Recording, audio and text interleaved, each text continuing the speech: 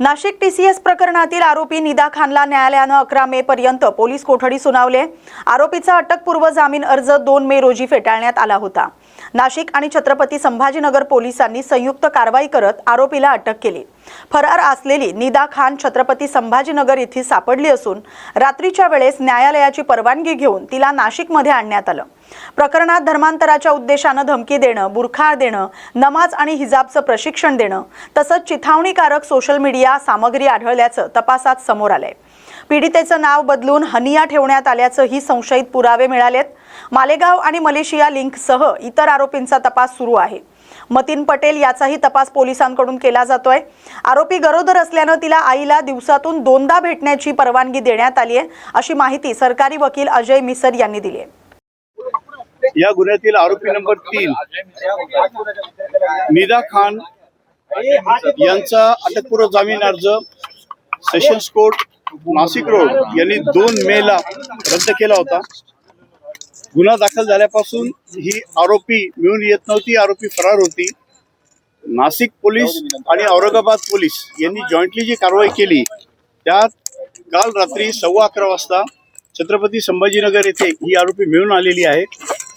आरोपीला ताब्यात घेऊन काल रात्री उशिरा औरंगाबादच्या संबंधित ज्युडिक्शनच्या कोर्टासमोर नेण्यात आलं। अटकेची ती महिला असल्यामुळे आणि सूर्यास्तानंतर अटक केली जात असल्यामुळे ज्या कायदेशीर तरतुदी आहे त्या तरतुदींचं काटेकोरपणे पालन करून आरोपीला ताब्यात घेऊन संबंधित न्यायालयासमोर हजर करण्यात आलं। संबंधित न्यायालयाची परवानगी घेऊन आरोपीला नाशिक येथे आणण्यात आलं आणि आज सकाळी 4:15 या आरोपीला अटक करून मेहरबान कोर्टासमोर आता हजर केलं होतं। पोलिसांनी 7 दिवसाचा इनिशियल कस्टडी रिमांड मागितला होता। त्यात पोलिसांचं म्हणणं असं होतं की हा गुन्हा अतिशय गंभीर आहे, या गुन्ह्याला अनेक वेगवेगळे अँगल्स आहेत। याच्यात पीडितेला एका धर्मांतर करण्याच्या उद्देशाने काही भीती व धाक दाखवण्याचा प्रयत्न झालेला आहे। तिला एक बुरखा देण्यात आलेला आहे, तिला नमाज हिजाब याबाबत ट्रेनिंग देण्यात आलेलं आहे। तर यात ह्या महिलेचा काय रोल आहे, आरोपीचा काय रोल आहे, तिच्या व्यतिरिक्त आणखी कोणी याच्यात सहभागी आहेत का याबाबत सखोल तपास करणं आवश्यक आहे। त्यानंतर वारंवार या पीडितेच्या मोबाईलमध्ये काही इंस्टाग्राम लिंक्स, यूट्यूब लिंक्स, काही रील्स टाकण्यात आलेले होते जे थोडे चिथावणीकारक होते, त्याबाबत सखोल तपास करणं आवश्यक आहे। हा एक मुद्दा कोर्टासमोर मांडला गेला। तपासात असे आलेलं आहे की ह्या पीडितेच्या घरी या आरोपीने जाऊन त्या नमाज बुरखा याबद्दल काही कारवाई केलेली आहे, त्याबद्दल सखोल तपास करणं आवश्यक आहे। तिचं नाव हनिया ठेवण्यात आलेलं होतं, या नावाबद्दलचे काही डॉक्युमेंटेशन मिळालेलं आहे। मालेगावमधल्या काही लिंक्स नामांतर करण्यात सक्रिय असल्याबद्दलचा तपासात आलेला आहे, तर त्या लिंक्स एस्टॅब्लिश करणं आवश्यक आहे, हे एक कारण होतं। त्यानंतर ह्या महिलेला पीडिताला मलेशियामध्ये इम्रान नावाच्या व्यक्तीमार्फत जॉब देऊन पुढे पाठवायचा विचार होता। त्यात काय मनी ट्रेल आहे, यात मालेगावची पार्टी कोण आहे, मनी ट्रेल काय आहे याबद्दल सखोल तपास करणं आवश्यक आहे। तसंच तपासात एक माजिद पटेल हे नाव नव्याने निष्पन्न झालेलं आहे। तपासात असं निष्पन्न झालेलं आहे की ही महिला आरोपी नारेगाव, कोसर, छत्रपती संभाजीनगर इत्यादी भागात राहिलेली आहे, तिला कोणी आश्रय दिला त्याबाबत तपास चालू आहे। त्यात माजिद पटेल नाव आलेलं आहे, त्यांना आरोपीपणात सामील करून कलम 238 वाढ करण्यात आलेली आहे। हा सगळा तपास विचारात घेऊन 11 तारखेपर्यंत या महिलेला पोलीस कस्टडी सुनावण्यात आलेली आहे। नाशिक टीसीएस प्रकरणातील आरोपी निदा खान हिला आज न्यायालयात हजर करण्यात आलं। पोलिसांनी 7 दिवसांच्या कोठडीची मागणी केली असताना बचाव पक्षाच्या वकिलांनी निदा खान ही गर्भवती असल्यानं मानवी दृष्टिकोन ठेवण्याची विनंती न्यायालयाकडे केली होती। बचाव पक्षानं बुरखा आणि मोबाईल लिंक संदर्भातील आरोपांवर आक्षेप घेत या गोष्टी सहज उपलब्ध असल्याचं सांगितलंय। तसंच मोबाईल आधीच जप्त करण्यात आल्यानं पुढील चौकशी तोंडी सुरू असल्याचं नमूद केलं। न्यायालयानं निदा खानला वैद्यकीय सुविधा आणि केअरटेकर म्हणून तिच्या आईला भेटण्याची परवानगी दिली आहे। मेडिकल असिस्टंट ठेवण्याचीही मंजुरी दिली आहे। सरकारी वकिलाचं असं म्हणणं आहे की जी निदा खान आहे तिच्या मोबाईल मध्ये काही प्रेशर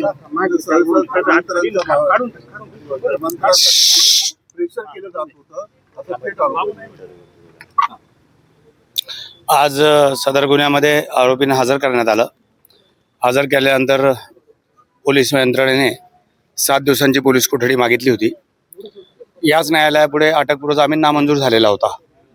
त्यामुळे न्यायालयाला केसचे फॅक्ट्स माहिती होते, त्यामुळे आम्ही जास्त वेळ घेतला नाहीये.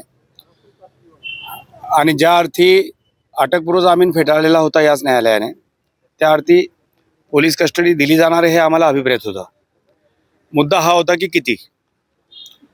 तर मी युक्तिवादामध्येच सांगितलं की सोमवारपर्यंत द्यायला हरकत नाहीये. सगळे एकंदरीत मुद्दे बघता न्यायालयाने ते सोमवारपर्यंत पोलीस कस्टडी दिलेली आहे.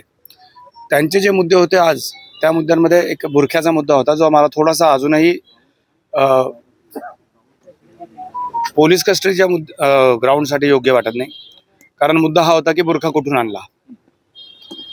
बुरखा कुठून आणला याच्याशी काय करायचं आहे. बुरखा काही प्रतिबंधित आर्टिकल आहे का की कुठून आणला. गावभर कुठेही बुरखे मिळतात. So that cannot be the ground. आणि दुसरं एक ग्राउंड होतं की मोबाईलमध्ये काही ॲप डाउनलोड केले आहेत किंवा काही लिंक पाठवल्या आहे. सो इट्स व्हेरी क्लिअर की जे काही लिंक्स आहे, यूट्यूब लिंक्स असो, इंस्टाग्राम लिंक असो किंवा काही असो, इट इज अवेलेबल ऑनलाईन. त्यामुळे लिंक पाठवणे किंवा लिंक हे करणे, तर त्या कुठून लिंक मिळवल्या काय मिळवलेलं काहीच, it's not a really good ground. तर आमचं तेच म्हणणं होतं की साहेब, मोबाईलमध्ये सगळंच उपलब्ध आहे, आपण काय मागू ते मिळेल. त्यामुळे that really cannot be the ground. Mobile हा जप्त झालेला आहे. आता फक्त काय तर तोंडी विचारपूस करण्यासाठी एका गरोदर लेडीला किती पोलीस कस्टडी द्यावी याचा आपण विचार करा. पोलीस कस्टडीच्या दरम्यान होत्या तर मग 40 दिवस निघायला पोलिसांसमोर यायला का लागले. इतक्या अडचणी नव्हत्या तर त्याच वेळी समोर येऊन विषय संपवला का गेला नाही. आपण खूप चांगला प्रश्न विचारलाय.